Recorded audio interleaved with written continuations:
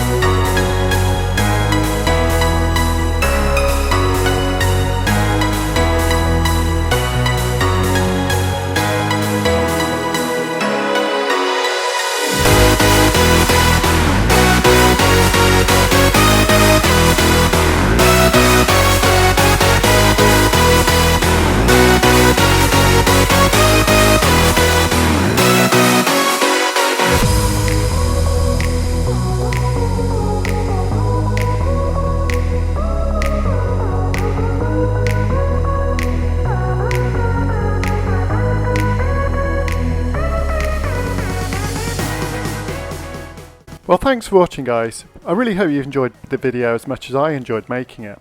It really does show how amazing Twinmotion is and what good fun it is, how fast it is to use. Please join the community and I look forward to seeing you soon. Thanks for watching. Bye bye.